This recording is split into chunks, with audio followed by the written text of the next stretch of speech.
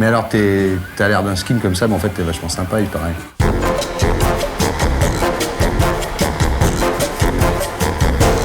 François G. Lazaro, t'es le chef des bouchers, toi. Voilà, ouais. 2 fois diplômé de la Villette. Alors, est-ce que tu peux nous présenter les autres garçons bouchers? Ah, là, il y a Daniel, le guitariste fou. Là, il y a Eric, le chanteur non moins fou. Et là, il y a Riton, le bassiste calme et pondéré. Ça existe depuis combien de temps, les garçons bouchers? Ouais, ça va faire un peu plus de 2 ans maintenant, à l'époque où il y avait à Paris tout ce mouvement alternatif et indépendant qu'il y a eu il y a à peu près 2 ans à Paris. Donc vous êtes contre le top 50 de tel alternatif? Non, on est pour le top 50 si on est dedans et on est contre tout ce qui est, dedans actuellement. Ouais. En dehors de ça, vous êtes quand même pour le retour à la grande musique. Là, il y a eu les Ablettes avec Tu verras. La semaine dernière, il y avait les Porte-Manteaux avec Ça ira. Vous nous faites Ménilmontant. Donc c'est le retour à la grande tradition de la chanson française, non? On vient de te faire Non, je ne regrette rien d'Edith Piaf. Ah bon? Ouais, c'est le prochain. Disons comment ça se fait, ça? Disons que nous, on n'a pas de complexe par rapport au groupe anglo-saxon.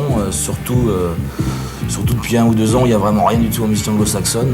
On a une culture qui est à la fois une culture rock, tout ce qu'on entendait quand on était môme ou adolescent, et puis en même temps on entendait à la radio tout ce qu'on pouvait passer comme ce qu'on appelait la chanson française. Puis on peut difficilement nier l'influence que ça a eu. Et puis maintenant, un certain nombre de groupes ont plus peur de aller chercher ces racines-là en même temps que celle du rock. C'est la grande réconciliation, alors. Ouais, en quelque sorte, ouais. Alors toi, à part ça, tu t'occupes d'une maison de production qui s'appelle Boucherie Production, c'est ça? Bah ouais, on a créé un label parce que on savait très bien que par le biais des labels classiques et ce qu'on appelle les majeures compagnies, on n'avait aucune chance. En même temps, tous les milieux alternatifs avaient des labels qui bricolaient un petit peu sans vraiment nous satisfaire, donc on a créé notre propre label. Et puis ça a marché tout de suite, ce qui fait qu'on a signé plein de groupes et que là... Il y a quoi comme groupe à part les Garçons Bouchers?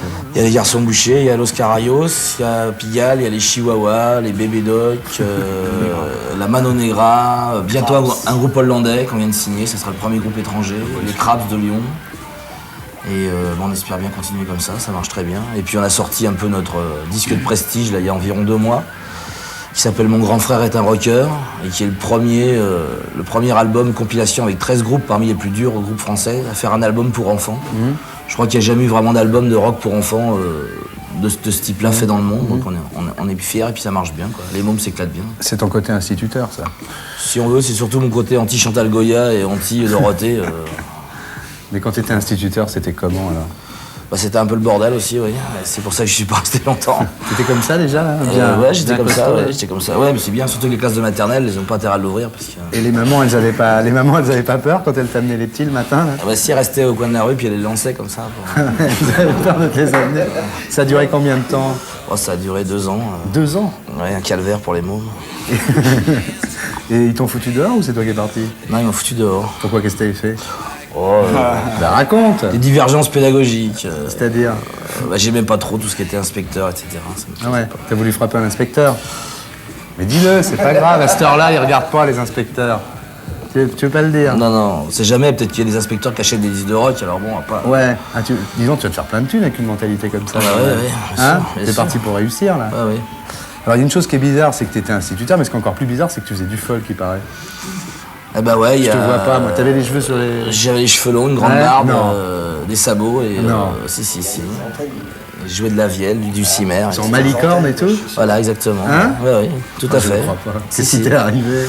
Bah, je sais pas, ça doit être un jour une montée de... Le bon Dieu du hard qui t'est... Voilà, le gaz carbonique qui m'a brusquement pris là, j'ai eu besoin d'un apport bucolique et... Ah ouais? Tu lui as changé la vie. Tu l'as connu avec les douilles sur les épaules, toi?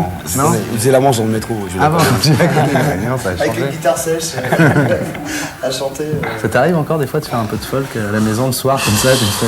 Bah ouais, quand même, oui. Dans la prof, c'est dans Les Garçons Bouchers, il y a du violon, de l'accordéon, et j'ai appris ça dans ma grande période Et de l'harmonica? Ouais. Puis bon, j'ai rencontré monsieur qui lui était un affreux skino-punk destroy et... T'étais ça, toi? Non. T'étais quoi?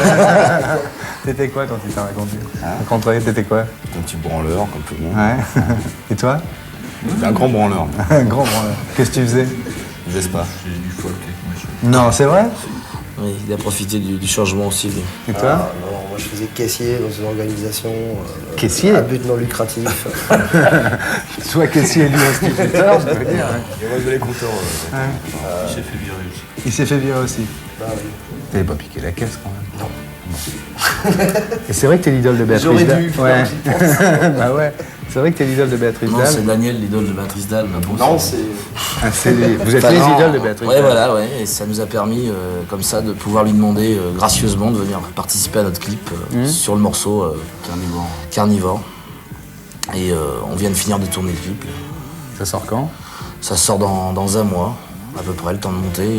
Il y a Professeur Choron aussi, donc Béatrice Dalle qui découpe de la viande à la tronçonneuse. Ouais. Il y a Christophe Salengro, qui fait un serveur de restaurant dans un restaurant un peu bizarre où la salle est très clean et où la cuisine, où c'est nous qui faisons la cuisine, est particulièrement dégueulasse. Enfin, ça va être un clip, bien quoi. C'est ça. S'il n'est pas interdit, ça va être super. Qui l'a réalisé ce clip? Bah, c'est un jeune réalisateur, ouais, Jean-Michel Roux, qui est en train de faire un feuilleton de 32 épisodes de 5 minutes, qui est un peu en retour aux séries, aux serials américains, etc. Un jeune plein d'avenir, comme on dit. Et on vous voit chez Drucker dans combien de temps?